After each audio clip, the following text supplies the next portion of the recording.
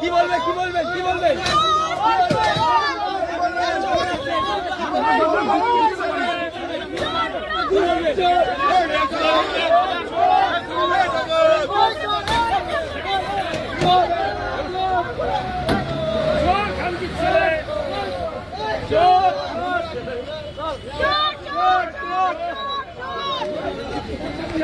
চুরি করে পুরো মঞ্চ করে দিতে শেষ করে দিয়েছে রঙে যায়